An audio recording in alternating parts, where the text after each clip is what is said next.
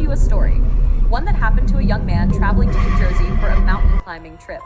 To save money, he booked a room at a cheap roadside hotel, the kind of place few people stay in, with long, narrow hallways that swallow the sound of your own footsteps.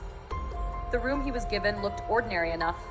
An old bed, stained walls, worn-out carpet, but something unsettled him from the moment he stepped inside. The dark corner beside the wardrobe.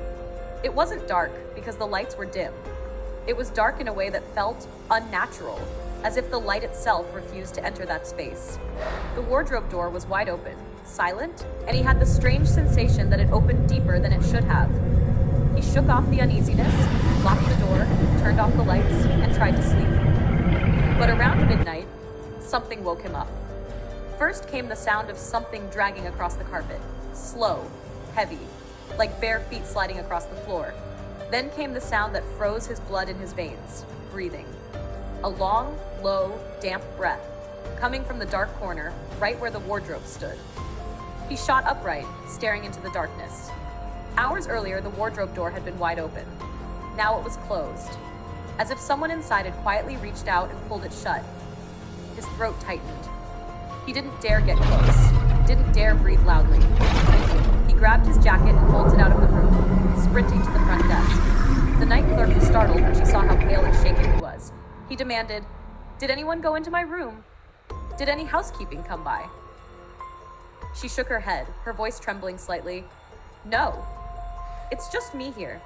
The only housekeeper is Mrs. Miller, and she went home at 6 p.m. He requested a new room on the spot. She agreed and moved him to another room farther away from the first. But not even half an hour later, it found him again. He had just lain down, still trying to steady his breathing, when he heard the unmistakable sound of a housekeeping cart rolling down the hallway.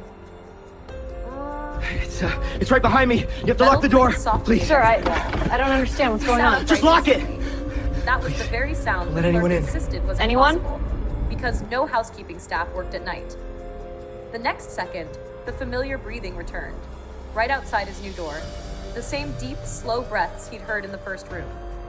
And then came the sound that made his skin crawl, a soft, deliberate stroke across the door's surface. Scratch, scratch, scratch. As if someone were running their fingers along the wood, slowly feeling for him through the barrier. He held his breath, body frozen, until the sound of the cart rolled away and dissolved into silence. He didn't sleep at all that night. And in the morning, You look like you the haven't truth slept. chilled him to the bone. Sir, When he asked a the new staff housekeeper on member this about the floor, housekeeper, she's been missing for she a week. hesitated No before one saw her answering. leave. There hasn't been any housekeeping this week. Mrs. Miller has been missing for 7 days. Missing. No one knew where she went. And in the hallway last night, in the darkness outside his door, behind that wardrobe door that closed on its own, it probably wasn't her. It was likely someone else. Someone who had been hiding in the hotel for a long time, slipping between rooms, watching, waiting, breathing quietly behind doors. And when he realized he had been lying in that room with only a few feet between himself and whatever that thing was, he gathered his belongings, fled the hotel, and swore he would never stay in a cheap room ever again.